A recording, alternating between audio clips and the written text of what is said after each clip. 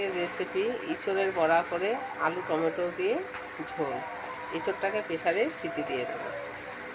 ইঁচড়ের বড়া করতে গেলে ডাল লাগবে, মটর ডাল বা ছোলার ডাল, আবার মটর মুসুরি ছোলা দিয়েও বড়া করতে পারেন।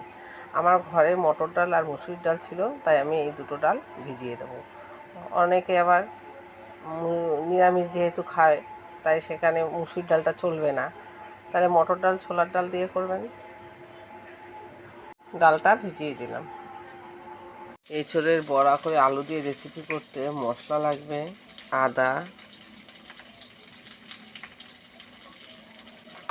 লঙ্কা, কাঁচা লঙ্কা, যে শুকনো লঙ্কা খান শুকনো লঙ্কা দেবেন,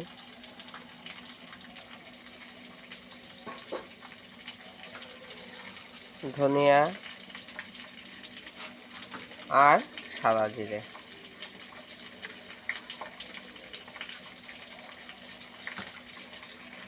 এগুলো সব একসঙ্গে বেটে নেব।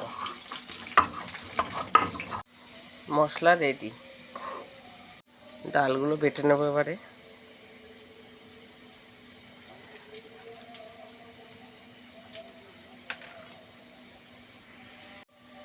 ডাল বাটার সময় কটা কাঁচা লঙ্কাও দিয়ে দেবো, তাতে কি বড়াটা একটু ঝাল ঝাল হবে, ভাল লাগবে খেতে।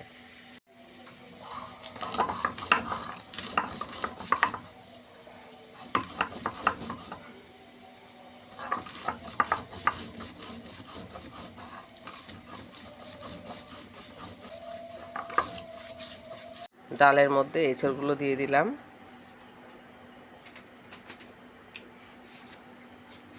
পেস্ট করে রেখেছিলাম বাদাম, কিশমিশ, পরিমাণ মতন হলুদ, কালো জিরে, পরিমাণ মতন নুন আর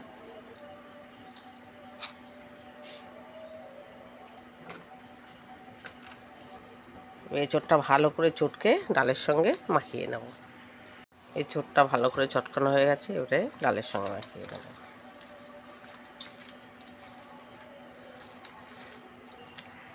কড়াই এঁচড় দিয়ে ডাল মাখানো হয়ে গেছে। কড়াই গরম হয়ে গেছে, পরিমাণ মতন তেল দেবো। বড়া ভাজতে একটু বেশি তেল লাগে।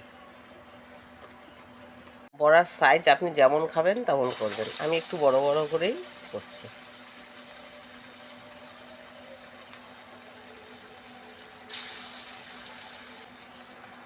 বড়া ভাজা রেডি।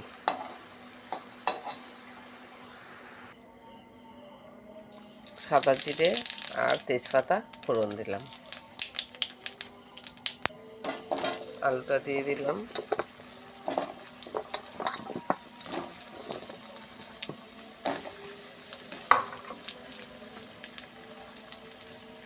অল্প একটু হলুদ দেব, আলু ভাজাটা দেখতে সুন্দর লাগবে।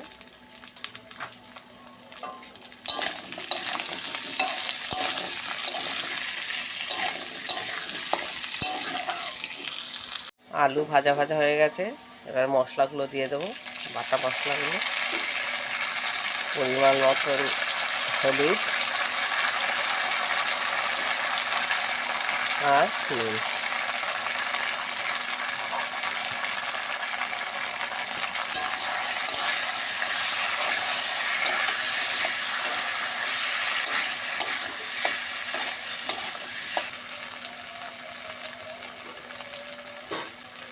আর কুচনো টমেটো।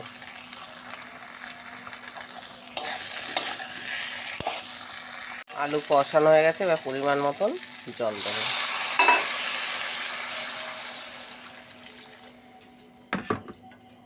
ঝোলটা ফুটবে, আলুটা সিদ্ধ হয়ে গেলে তারপরে এঁচড়ের বড়াগুলো দিয়ে দেব। বড়াগুলো ঝোলে দিয়ে দিয়েছি।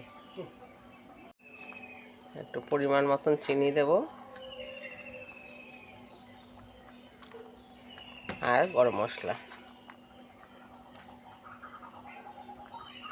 যে ঘি খান ঘি দেবেন, ঘি দিলে খুব টেস্ট আসে তরকারিতে। এঁচড়ের বড়া করে আলু দিয়ে রেসিপি রেডি।